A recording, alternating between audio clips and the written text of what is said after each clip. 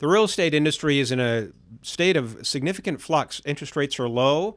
Are we living in a bubble? We are getting people moving to Niagara. Some are leaving Niagara. So this week we're going to talk with a local real estate broker who understands these trends. Bradley Sheehan is from St. Catharines. Brad, welcome. Thank you. Now, I know this talking to real estate people in Niagara recently. Is the market red hot right now? It's red hot. Last maybe month and a half to 2 months, we've noticed a significant increase in sales. Uh, Things started to pick up last October and have been gradually increasing with the advent of the nice weather and the record low interest rates. We've been having a heyday. Yeah, and now previous to that, we were having some hard times. The recession took hold. Even with low interest rates, we weren't selling much a couple of years ago. But now we seem to have turned the corner. Do you think we have? Yes, well, I believe that there's been a number of things that have caused us to go into a slump. Uh, One being that we've lost our manufacturing base in St. Catharines, which we've been the manufacturing hub of the country for the last probably 100 years. With the absence of manufacturing, we've been in a bit of a transition, sort of traveling towards a uh, healthcare and education-based economy. Uh, and with that, we've also had people moving into the area. We call them golden handshakers, losing their jobs outside of Toronto 4 or 5 years before their pensions are due, and they're packing up where they're leaving from and coming here, buying a nice home for a reasonable price in a nice, safe area, and this is what I believe has been driving our market. And even from Saskatchewan, I understand. Well, Saskatchewan, Manitoba, yes. We've even had people moving back from Vancouver, not as many, but primarily, I believe, from the Quebec and outside of Toronto and Northern Ontario areas seem to be coming here, and because they say there's jobs here for people over 50 years old, which I guess if you're in Toronto, you're lucky to flip burgers. Well, in my own neighborhood, we've had people move into our neighborhood from Toronto, selling for 700, buying for 300. That's right, and investing the difference to augment their pensions that hadn't quite matured, and they really love the area too. Once they're here, I find people it takes generally maybe 2 to 3 to 6 months for people to acclimatize to Niagara. And once they're here, they say this is the best kept secret in the Well, country. I just returned from Edmonton.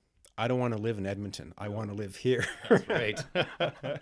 Now, tell me about young people. For those of us who are, inching towards our own retirement, what are young people doing now? Are they buying houses? Can they afford houses?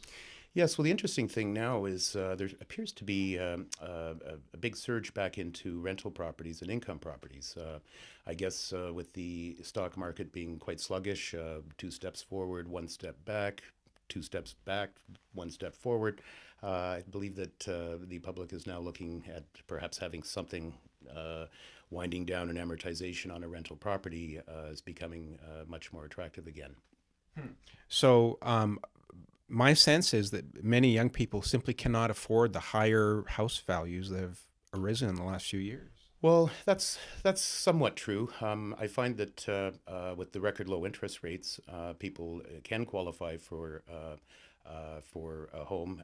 Our rents are actually almost, in fact, our rents are probably a little bit higher than owning today in certain sectors of the market. And I think that if people can get their down payment together and whatnot, interest rates are so attractive at this moment in time that it is really encouraging younger people to buy. And I believe also that parents have been coming up with the down payment, helping out with the down payments and so on and so forth.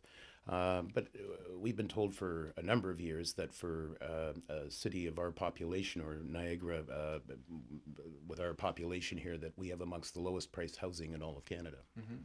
And frankly, some of the best places to live with the biosphere, with the rivers, the trails. I find that, I've said this before, people who move here know more about this region than we do. Well, it's really quite interesting in getting to know people quite intimately in locating a home for them. They have they all tell me that this particular area they've always thought of as being a dirty sort of industrial area, and they said, "Boy, it is the exact opposite of that once you get here and once you learn where to go and so on and so forth." In fact, we people say that they had no idea how beautiful this area is. How are we doing in commercial real estate? I know you do a little bit of commercial. Yep, commercial's been has been quite active and very good. I find commercial a much better to be much better in the tougher times. People come out, and that's when we seem to see the majority of the activity take place is in poorer markets when.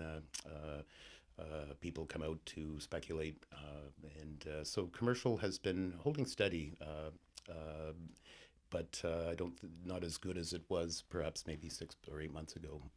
Now, when I bought two houses. I had a horrendously high mortgage of $34,000 each. What's a typical mortgage these days on residential?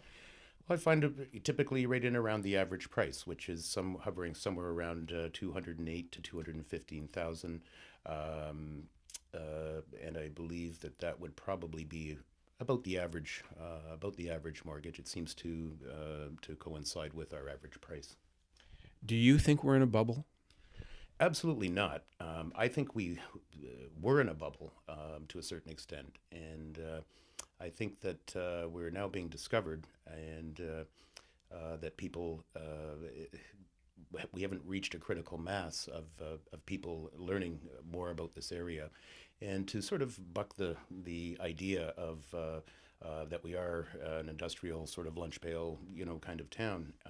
And this news, I believe, is starting to travel fast. Of course, we're always the last ones to hear about it. But if you pick up a retirement magazine, CARP, or one of these retirement magazines, we've been touted in those to be one of the best places in the country to retire, not only for affordability and safety and these types of things, but there's jobs here for people part-time in the agritourism sector, in the wine industry, in the tourism industry and whatnot.